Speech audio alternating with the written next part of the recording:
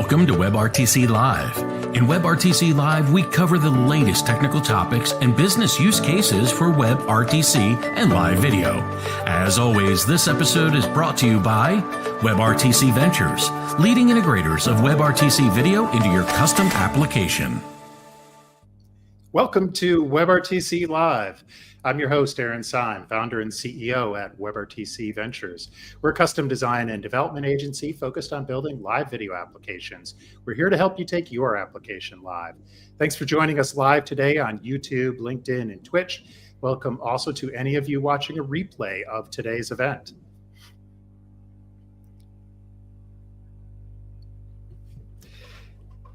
And for those of you with us live, you can ask a question anytime throughout the stream by leaving a comment in whichever platform you're using to view this. For today's episode, I'm joined by Luca Pradovera, lead solutions expert at SignalWire. Luca is an expert in WebRTC and telecommunications applications, and in our conversation today, we'll talk about call performance analysis in contact centers and other high-volume communication environments. Among other things, Luke is going to share insights with us about how to balance automated monitoring of communication applications with manual intervention. Thanks for joining me today, Luca. Thank you very much for having me. It's a great pleasure and an honor to be here. It's a pleasure to have you. I look forward to hearing your comments about handling application errors at scale, things like my camera that just failed mid-conversation. So little things happen in calls sometimes, right? So we're going to learn about how to monitor applications at scale. I want to start, though, the conversation with a bit of background on SignalWire. For anyone who's not familiar, tell us a little bit about the capabilities that SignalWire and FreeSwitch offers developers. Of course. So SignalWire was, as you mentioned, SignalWire was born out of the experience of people working on the FreeSwitch platform for many, many years. So Anthony Minnesali, Brian West, Mike Jerris, and all of the others. We joined forces to bring, I don't want to say bring FreeSwitch to the cloud, but because that will be a bit reductive what we've been doing. The idea is to build a programmable unified communication platform that allows everybody to get started quickly, build around it. It's global. It's got a lot of presence across the globe. We have 48 points of presence worldwide, self-filling, and all the bells and whistles. What SignalWire does in particular is we service a couple large markets in call centers and carriers, which is really what we've been trying to bring to the market. So that's where I come from. That's where the stock starts. We had to deal with people doing interesting things over the course of the last few years, and I've been part of that team in particular. So performance and monitoring has been very close to my heart. Excellent, excellent. Yeah, and our team at WebRTC.Ventures definitely fans of SignalWire and have used it with numerous clients, and so happy to have you here and to talk more about your experiences and expertise in call quality at scale. So let's, I know you've got some slides here that'll guide the conversation a little bit. Let's switch over to that. Perfect, thank you. Okay, so I brought up a little bit of I usually start with an outline. So the idea is that we had to deal with very large call center agents, agent groups, call center actors, and there was a lot to learn. For myself too, because I spent many years in consulting, and I did a lot of work on mainly dialers, but I'll be honest, I never had to deal with the agent side of things, so the whole package. My work was make sure the batch of FreeSwitch servers you have are making 25,000 calls a day, and then I don't care what calls are doing. That's someone else's problem.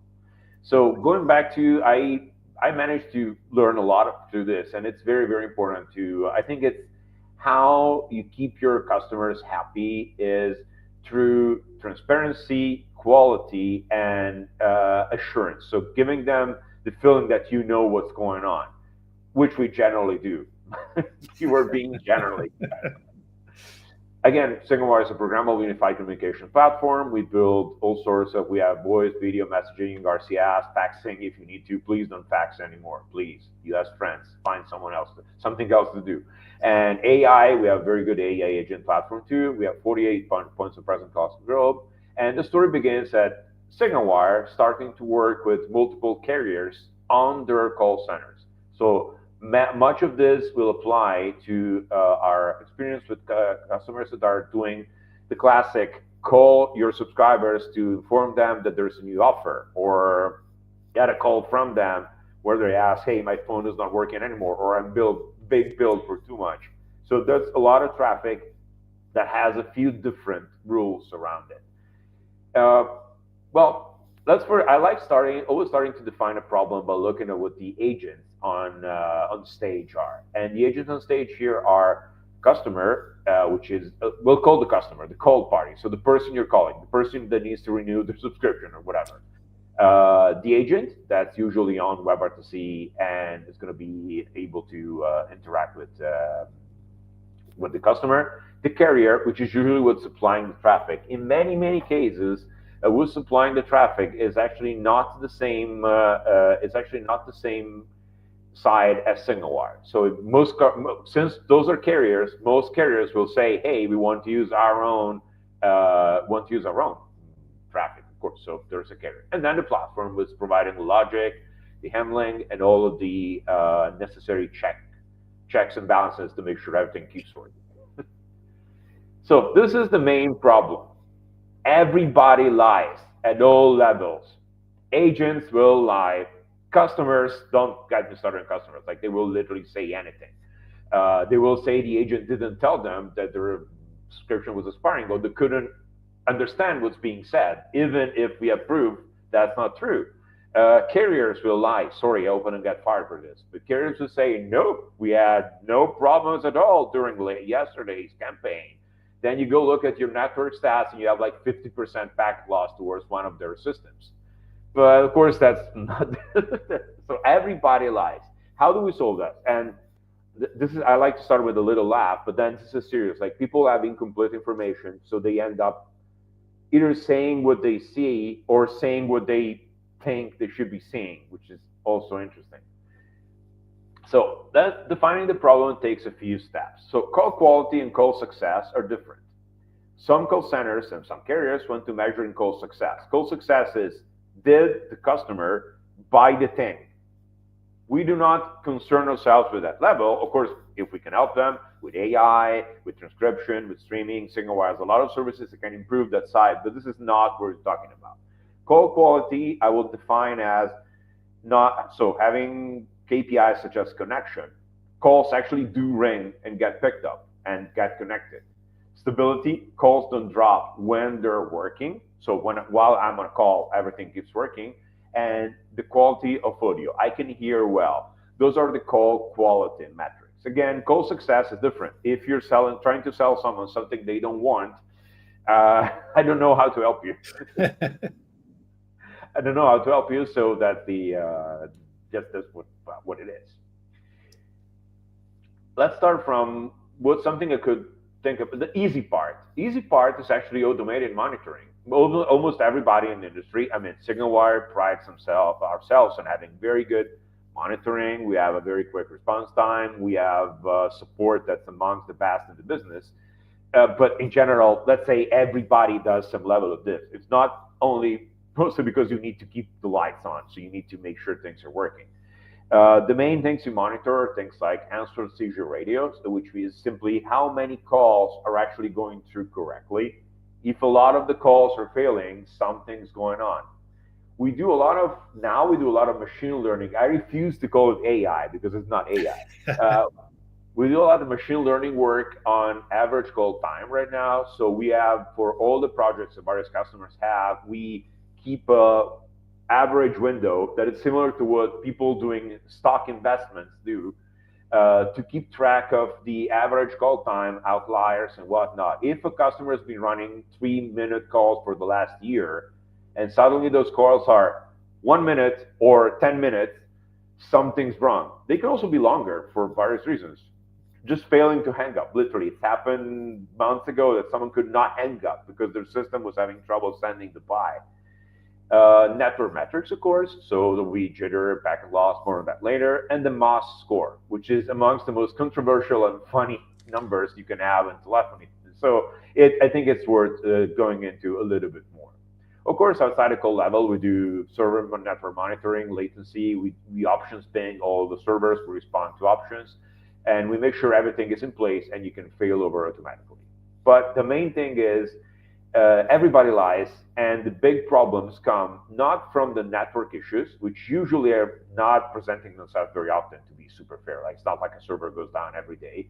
The problem is this customer, this carrier reports they had 100 calls where the agent could not hear the user. Okay, so let's go see what that is. First of all, we start with the MOS score. The MOS score is it's something that's understood and misunderstood in industry. Like, a lot of industry lives and dies around this kind of metrics, but it's hard to figure out what it is. It's a measure of voice call quality. The important thing is it's a subjective measurement, meaning that it's actually supposed to be obtained by interviewing people. There's an RFC, not even an RFC, there's something else, but there's a standard where you actually have a way to put people in a control environment, make them listen to calls, and then they had to answer to certain questions throughout the call and at the end. That's how MOS should be obtained. Of course, we run about 25,000 calls an hour these days, so it's just sort of hard to do it with a group of people. You need a million people. So of course we use an automated measurement. Jokes aside, the industry has come up with a few ways to do it. The most common, and probably the one I will recommend, is called the E model, which is this ITU whatever background. I've never figured out where the ITU number comes from, so I'll look it up later. But I know it's the E model, and it's a way to put a few defaults in place. So a signal to noise ratio, so what the level of sound is.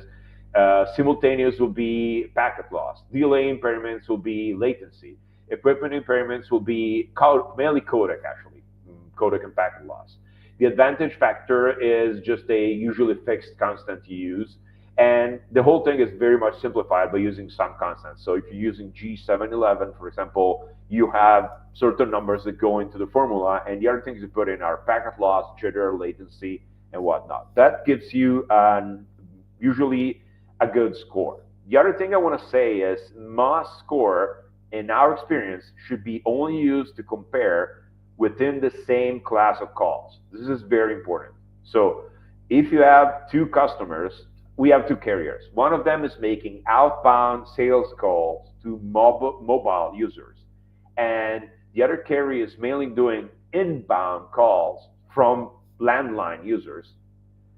MOS scores between those two projects should not be compared. Like, even the fact that one of them is 4.7 average and the other 4.8 average doesn't mean anything. MOS score should be treated like one of those. Again, I do dabble in stock trading, so I love this kind of numbers thing. Should be treated much like a kind of indicator amongst itself. So a project has had 4.7 for a long time, great. It drops to 4.4, now you care. A project can be at 4.5 forever and have no problems.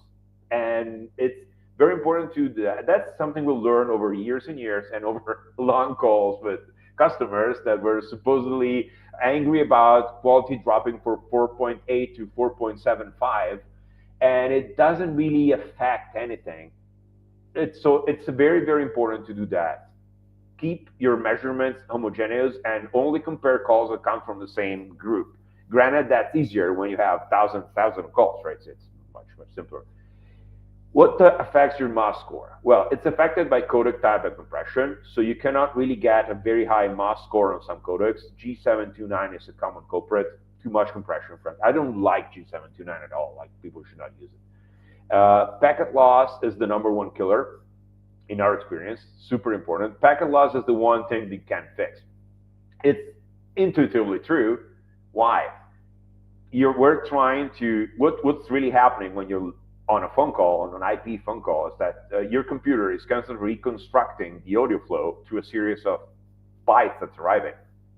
If those bytes are missing, there's only so much you can do to fix it. If they come late, like latency, as long as they're not more than half a second late, you can sort of work it out. If it's jitter, they come out of order, again, as long as it's not terribly out of order, like minutes out of order, it's fine. The system can reconstruct them. But packet loss, you can do nothing about. You don't know what came in those packets, so there's no way you can fix it. There's 60 packets per second, so maybe you can lose a few, but if you're losing, so 60 packets per second, if you're losing 200 packets, it's almost 3 seconds of audio you're not getting. That's it. That's gone. So you're not going to be able to recover it. So that's why I'm saying packet loss has been the most common killer. Monitor that more than anything else. Of course, echo and noise, but more on that later on part 2 of Everybody Lies, but call center agents lie the most. It's an assumption we have to make. Sorry, guys. We're in the business, so it is. Hopefully, there's no agents watching this conversation. There will be a few who probably got a lot of flack there, but I know the agents that are watching the show are the good ones. Right, there you go. Exactly. There's a psychological factor at work. They're working, so I understand how that from some of those things come from. Like, jokes aside, it's very important to train your agents to recognize issues. That's actually been our first line of defense. Like, please make sure people know what the common issues look like. For example, yesterday I had to debug a batch of calls where the bad quality was literally low cell phone signal on the customer side. They were calling someone who didn't have good signal. It was clearly easy to tell from the recordings, but the agents hadn't been trained on the occurrences with someone new. So we got like 50 of those reports and had to look into it. And it was just someone not being good, but someone having one bar in their signal. It happens all the time. So it's just that. And it's really not an issue as long as you know. Active equipment issues, so echo and noise, going back to before. A lot of people have headphones that have problems, or the microphone isn't great, or there's a lot of ambient noise, or there's a lot of echo. Those bleed into calls, make things worse. Go fix that first. Of course, you have to perform checkups regularly, so keep checking on your agents, check whether or not you're allowed to do random recordings and check the recordings, account for all variables. Again, agents are humans. There's a lot that can go wrong between the seat and the screen, or the seat and the microphone. There's an acronym that says PEBCAC, problem exists between keyboard and chair. That is, in our experience, in fact, most of the agent side issues, so agents are experiencing issues that the customers are not reporting. So customer can hear agent, but agent cannot hear customer. Those are all in this area between me and the screen. Mm-hmm. Almost always. It's very hard that a call works, but one of the parties only has audio problems, for example. The other important thing to define with your customers, with your partners, with whoever you're working with, is the acceptance criteria. It's extremely important to define what consists an acceptance criteria. Why? Because you're talking thousands and thousands of calls, millions of calls. We have customers who've done 1 million calls last month. If you do 1 million calls in a month and you go debug every call that you think failed, first of all, you're going to drive someone mad, like really very, very mad. And second, you're going to drive yourself mad because there's literally no way you can address that. So you need an acceptance criteria. Then you can still go see what happened. But it's very important to have a criteria. So let's split discussion into two sides. Industry standards are 2-4% call drops total. That includes calls that failed because of application logic. Usually it's what's called an abandoned call. What is an abandoned call? Is when you call someone in predictive dialing mode. So you call someone before to optimize your agents. You dial out before you have an agent ready, hoping that when they pick up, an agent will be free to take the call. If someone cannot take the call, it varies by legislation, but you have, I don't know, 30 seconds where you can keep them in a queue or something. After that, you have to drop that call. That is an abandoned call. That's legally sanctioned if you go above a certain percentage to save people from being relentlessly bombarded by phone calls, right? So you have to factor those in. So accounting for non-failed calls, going back to our definition, we're talking about call quality, not application logic. You want to be around 1%. My personal, then comes the devil. The real devil is defining a bad call. There's been plenty of board meetings, plenty of long leadership steering committee meetings that were solely around that. My definition, which has been working very well in the industry, is the agent couldn't perform their job. That is the premium definition. Why? For two reasons. One, it's relatively simple to picture yourself in the agent's shoes, whether you're a technical person or a manager person. And secondarily, it resonates very well with leadership. Like, agents couldn't perform their job. We found out that 2% of agents could not perform their job, so you literally lost vast amount of money. Mm-hmm. It's very, very easy. You always need to look for metrics like this, in my opinion. Again, this is not solely about regulations. We're talking about quality, so I try to remind that. But the important thing is, how do you define a bad call? We have done it as agent couldn't perform their job. So the call didn't connect, or it connected and it was very bad quality, dropped halfway, whatever. All of those are agent couldn't perform their job. How do we handle this internally? There's a lot there that you can address, but I'll start with the high-end side of things. We use two main tools, Grafana and Epic. Well, Epic is, I think the actual UI has a different name, but they call it Epic because I'm used to it. So Grafana is how we generate the high-level data, such as number of calls that got answered correctly, number of failed calls, monitor that in real time, and generate the alerts. Epic is how we delve into the SEEP, RTP, and RTCP statistics. That is especially important to keep RTP statistics, in my opinion. Not the actual captures. Those have compliance issues if you keep captures of everything. Plus, would generate a terabyte of data a day, which is not really what you want to do. But in general, actively making captures all the time it's frowned upon, and probably correctly, like you listening into calls that you have no business listening to. But if you keep RTP statistics, it's very, very important and easy.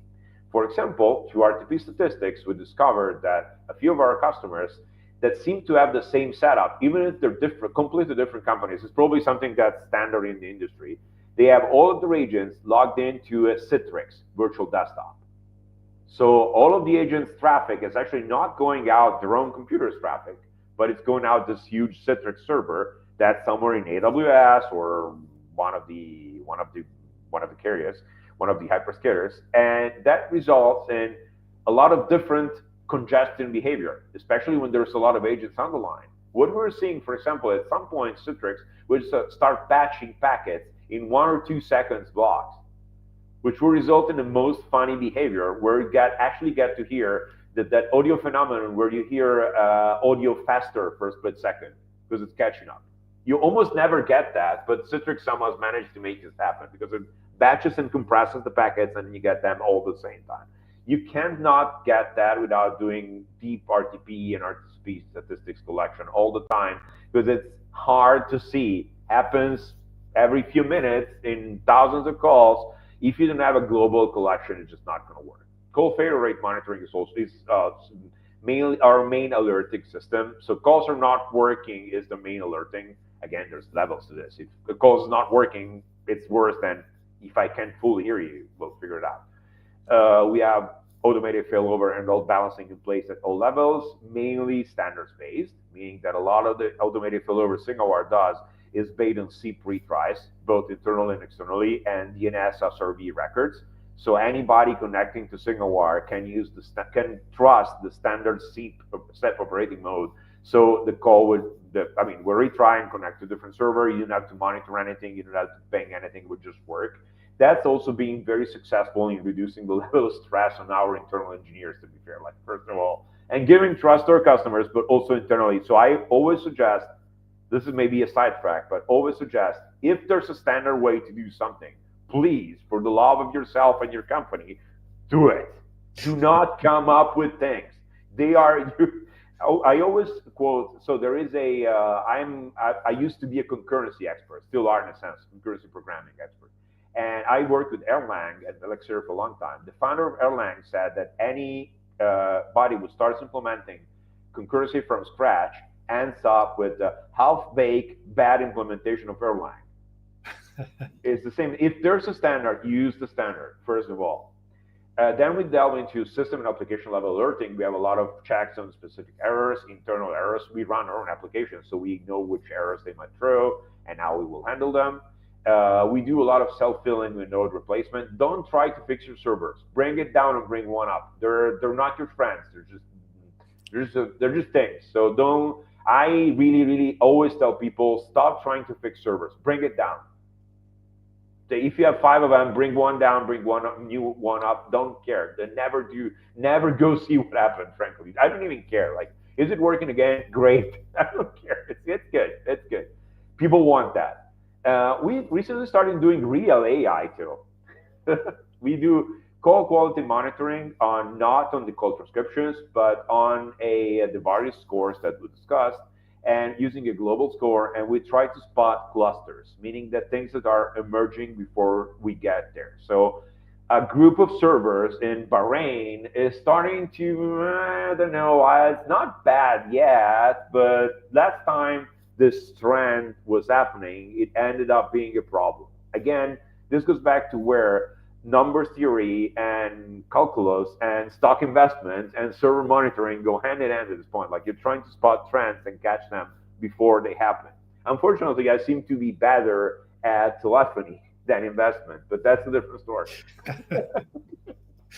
That's a different episode. Yeah, that's a different episode. Like, how does go together? They don't really go together in my case, but maybe someone else is Client side. Okay, so remember the house MD slide. Everybody lies. Your agents will tell you the darndest things, and none of them will make any sense. How do you really do it? Our SDK bundles a way to collect RTC stats. As you know, there's a very interesting WebRTC API internally to each browser that will tell you everything you need to know. It doesn't fully give you the same thing as the WebRTC internal screen on Chrome. Some of those things are not there, but usually you don't need that. The RTC stats are enough. Agent audio issues are most likely on the agent side. I usually don't read from slides, but this I really wanted to read. Like, the first, if someone is supporting audio issues, go check their internet, go check their devices, go check their headphones. We had people who were disconnecting their headphones every time they went on a break. When they come back, they try to reconnect their headphones, but the Chrome doesn't know. So unless the application is refreshing devices, so now they're speaking through their crappy computer microphone. So now the quality is bad. So now they're complaining about quality to their supervisor. And it escalated until we figured out, hey, you know what? Our logs collecting your RTC stats seem to indicate that at some point you switch to your computer microphone. We didn't know that we're turning off the headphones. All we could see is it's a different device. Can you tell us why you're switching to the device? Maybe it's the software. Like, it might be the SDK that's mistakenly picking a different device. Oh, no, we just turn off our Bluetooth headphones to save on battery. And then when you turn them back on, we don't remember to choose them again. Well, there you go. Just remember to pick them again. It's silly, but it's important. We do RTCP real-time monitoring all the time. So you have a quality score on your call at any time available through the SDK. It's a simple, 1 to 5 score, but it's very, very helpful. Like, especially when you treat it similar to the MOS score. So not as an instantaneous measurement, but more about, hey, I had 4 up to now it dropped to 2. Maybe I want to tell you. You might have quality issues. The last thing that's been very important for us is not related to monitoring, but it's related to quality in general, is once we started providing not only turn servers, but also stun servers, our own stun and turn servers, quality skyrocketed. Even the best proprietary services you can buy out there have congestion. They have a lot of resource issues. They can be expensive.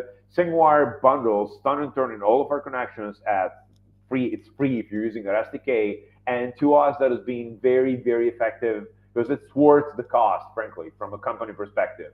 Because it's made so many issues go away that it's not even worth discussing whether or not we want to make people pay for the turn servers.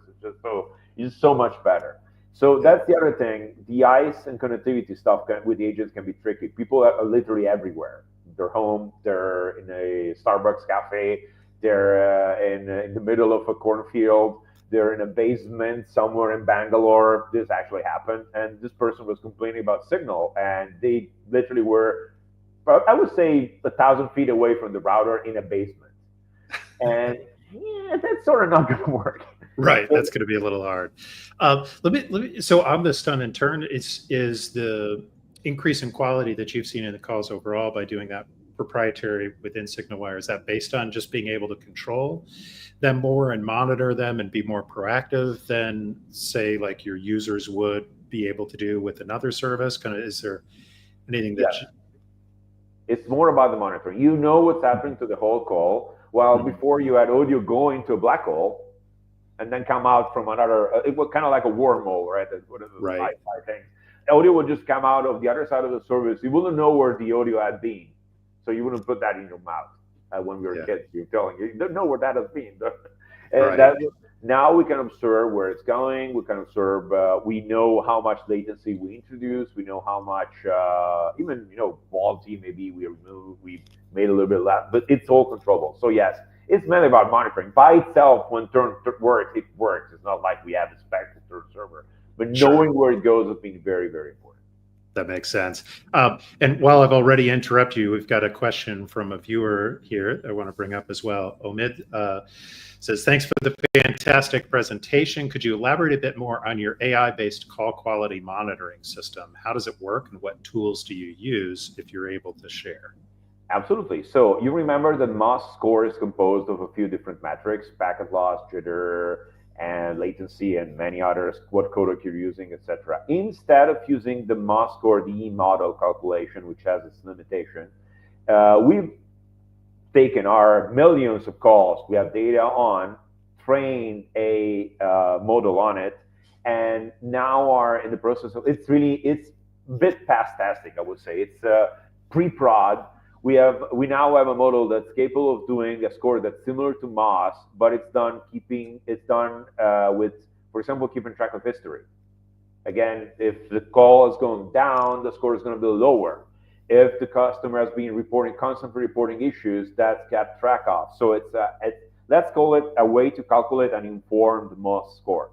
The inputs are the same: packet loss, jitter, latency, plus customer history and recent call history. Those are inputs, and the outputs are, I will call it an informed MOS score. We just call it a call score, really, but if you want to, that's what it is. Got it. Great. It's a trained model. I think it's Llama 3. I will have to ask the team too, but it's a fine-tuned over model. Perfect. All right. Thank you, Amit, for that question. And I wanted to kind of go on back to your presentation here, and I thought it was interesting when you were talking about the agent audio issues are most likely on the agent's side, right? And you were talking about an interesting scenario there of being able to go back into logs manually and determine that they had been disconnecting, reconnecting their headphones or their microphone, kind of in between every call. That was interesting for me to think about that, because in a kind of like a real-time call dashboard across thousands of agents, thousands of simultaneous calls, you would look for trends in your servers of a particular type of problem happening more than usual, bubbling up more than usual. But this is kind of a scenario where I could definitely see you being able to go back into the logs manually and do that. Are there situations, or is it possible to kind of, I guess, with custom code, analyze that on sort of a per agent basis, where sort of on your dashboard you've got this turn server is starting to fail, let's go do something. Also, this agent is having mic issues on 80% of their calls, so let's go contact them individually, right? Like things like that in an automated fashion. Do you ever look at a per agent case? We can look at it per agent, since so every agent has a token attached to them, which is really just a unique ID. We don't know who they are, so it's privacy preserving, but we know we get the reports in a compressed fashion. So it's just a small JSON object that has a few things. One of the things too is the microphone ID, because we added that after realizing that people were changing the devices. And it's been very useful so we do have the per agent information, and we're able to walk through that. And I don't think we do a lot of retention like we do. I think we keep 24 hours, and then we compress it into statistics. So we still have stats, but 24 hours is usually more than enough. If you go through 1 or 2 shifts for the agent, and then you know what, you should probably remember to charge a Bluetooth headphone before you start working. Right. But yeah, we do have the ability to do it both in real time and after the fact. Again, we don't do too much retention because it does generate a lot of data, but it's very, Yeah. very important. It's been extremely useful to us. Makes sense. And quick follow-up here from Omid on his previous question about the AI-based call quality monitoring. Ask if the output is available as a status call back to the application via API. Not currently. We have it as an internal monitoring because it's pre-production. As soon as we release that, yes, it will be part of the call. The call scores will be AI score or whatever added. We already have MOS scores in our API, so every call you can get a MOS score back. It's going to be added as soon as it's already stable. I just want to see it work for probably a few weeks before we think about releasing it. Most because we do generate the good thing about being a large company is that we have a lot of traffic, so it's easy for us to test it. Go back into. But yeah, it's going to be not just right now. Perfect. Thank you. All right. Let you continue here. I think that was my closing remark, and I think that's a good starting point. Of course, we could go on for hours and hours and delve into various systems and whatnot. You can tell I like this kind of stuff because it's a numbers-based thing, which has always been my favorite. Anybody has other questions, you can reach me at luca@signalwire.com. Super happy to help. We have a very nice team that can help you play with whatever API you like. But other than that, closing remarks are simply just that. Everybody lies, so have your own data. Don't even trust yourself because you will lie after you see the data and say, "Oh no, this doesn't mean what it seems," but it does. Your server's bad. Go check your firewall. It is exactly what you're seeing. Go check your firewall.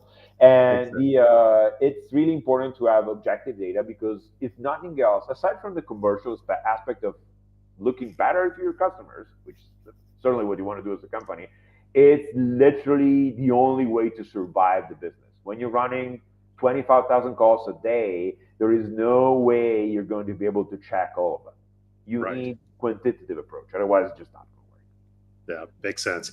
Well, everybody lies, but I'm not lying when I say, Luca, that was a really interesting presentation. I appreciate you sharing it.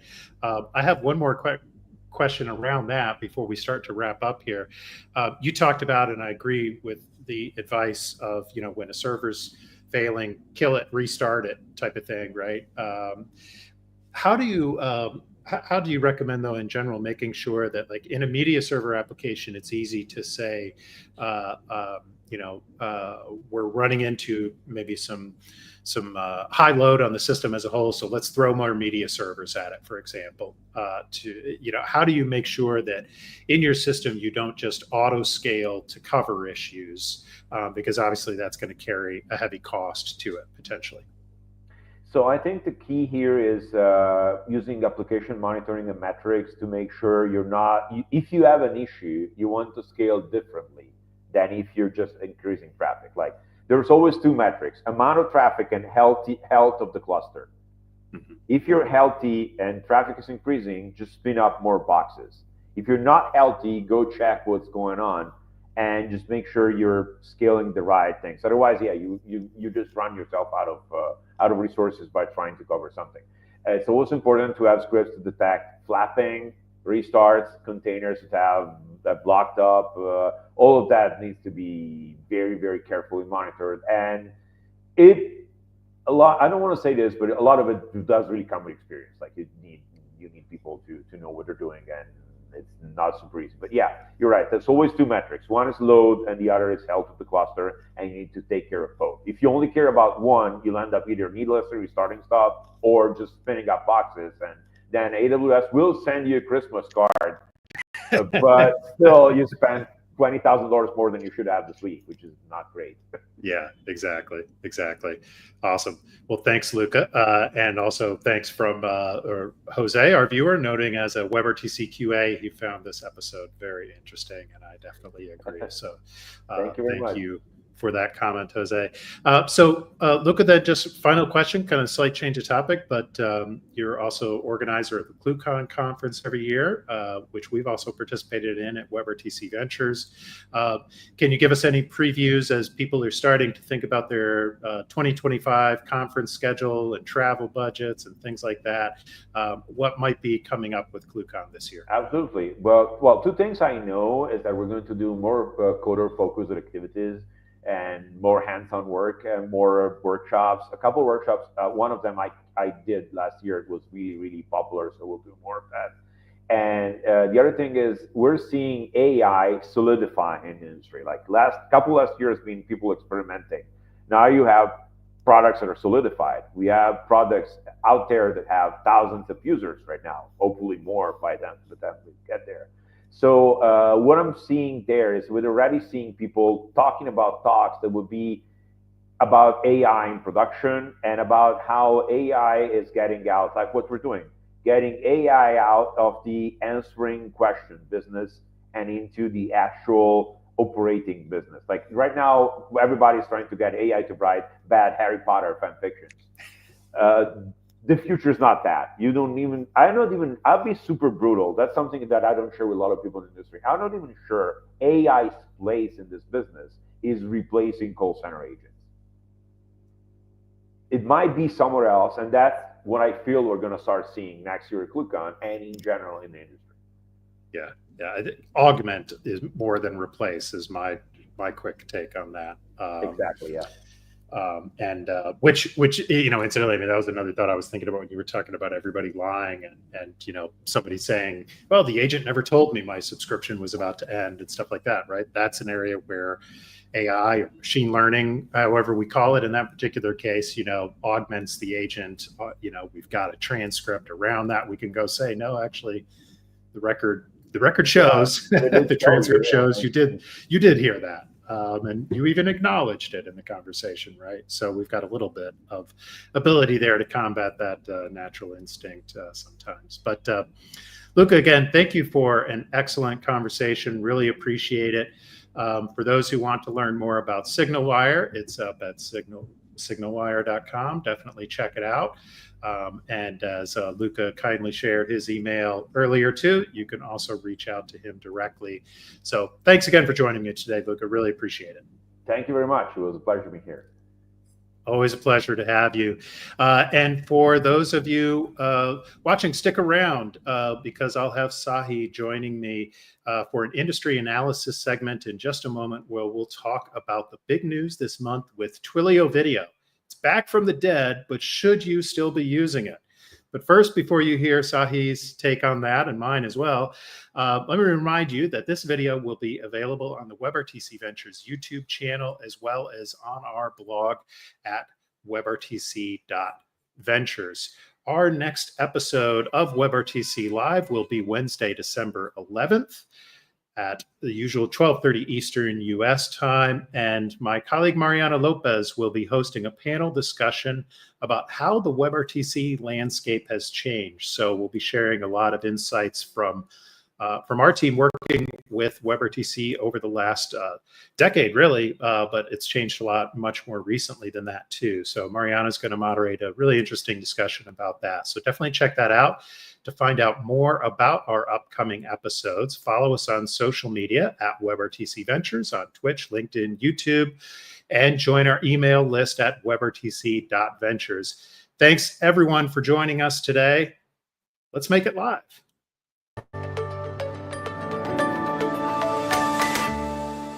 Thanks for joining me today, Sahi.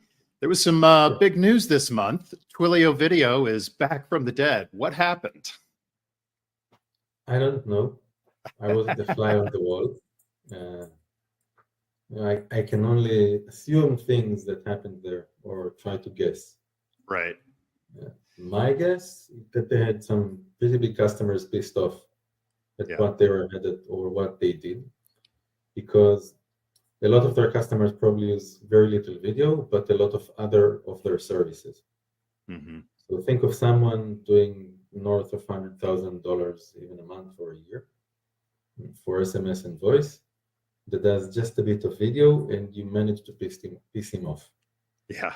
Now he's going to say, well, why should I stick to Twilio when I can go to 3 other vendors to get voice, SMS, and video instead? Yeah.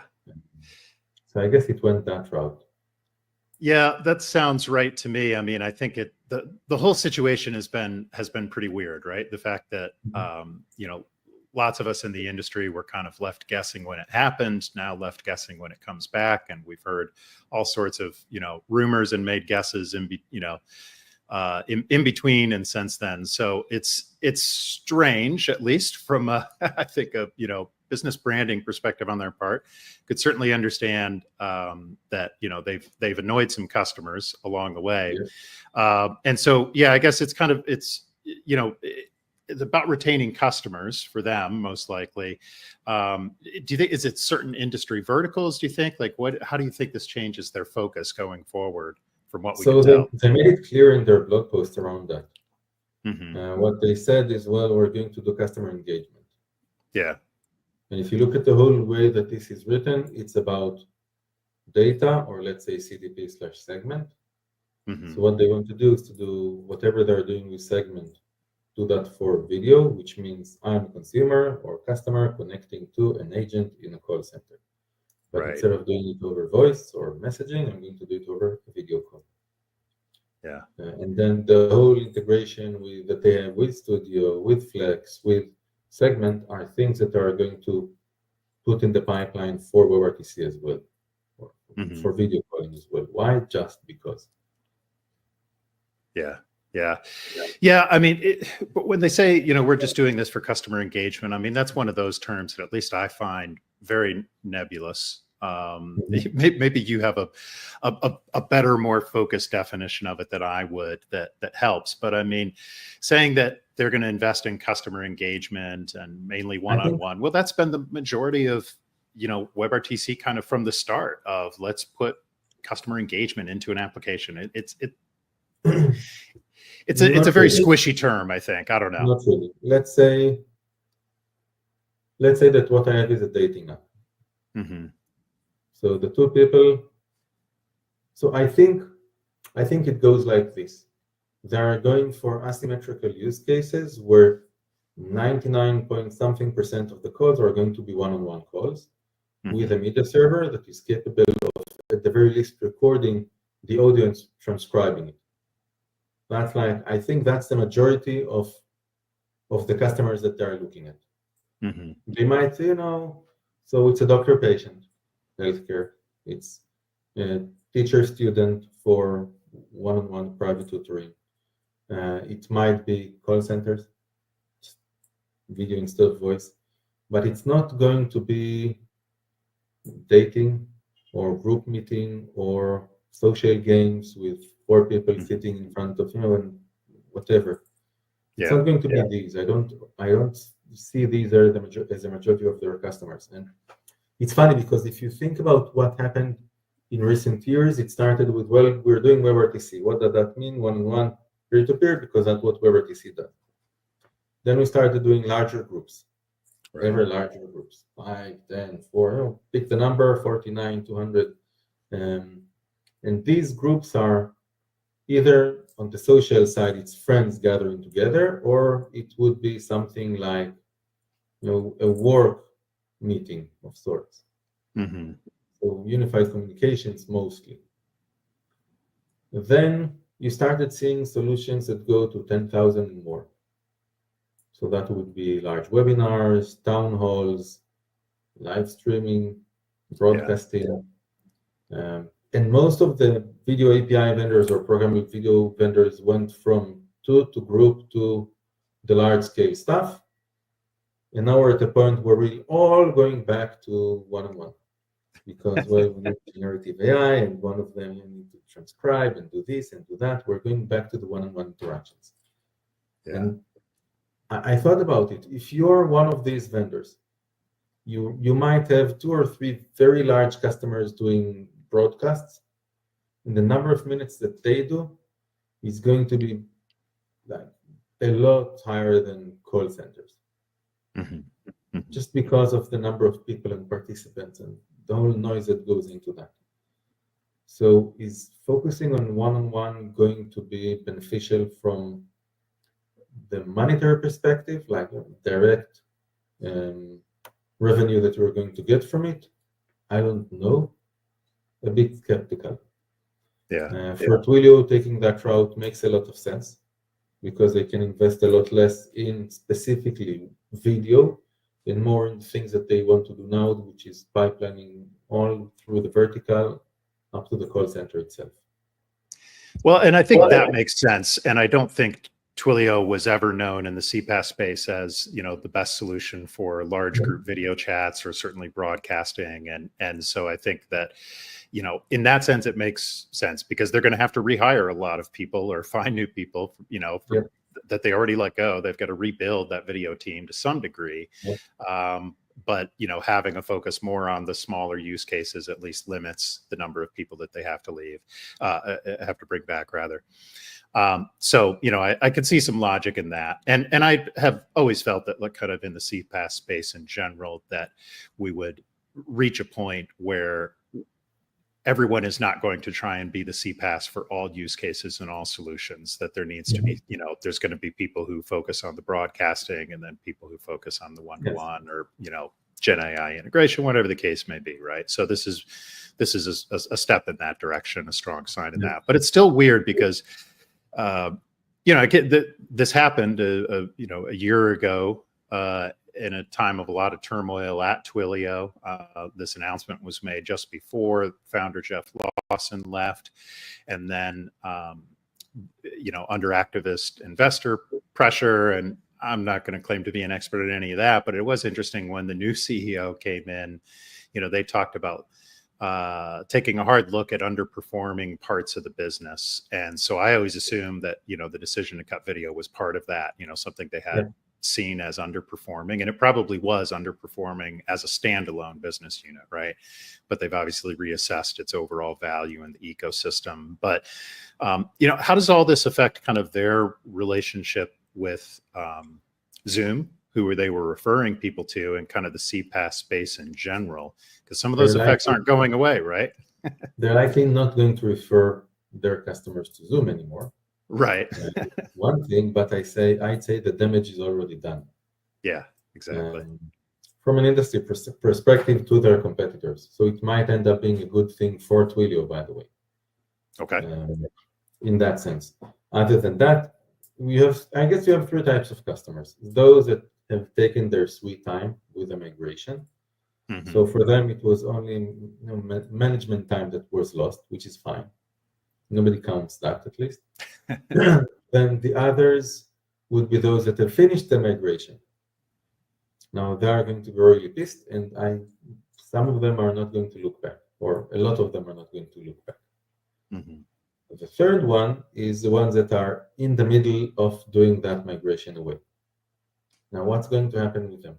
Are they going to continue, or look at what they did so far as sunk cost and just go back and stay pissed off at Twilio? That would be interesting to see the dynamics there. Yeah. So you know, in what situations do you, kind of our closing question here, do you think should people still be transitioning away from Twilio, or you know, depending on the use case, perhaps? Yes, I guess if you're doing one-on-one, you can stick to Twilio. If you're not, run away. That would be my suggestion.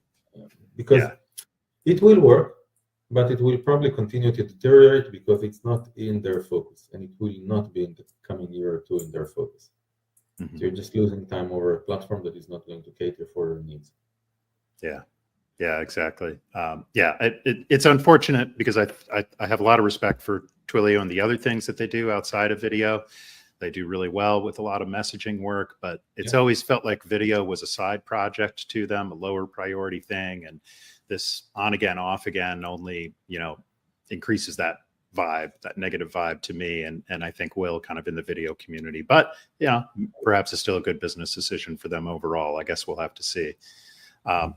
Well, Sahi, I appreciate you sharing your thoughts on this as always. And for those of you watching, Sahi's got a great blog post up about this.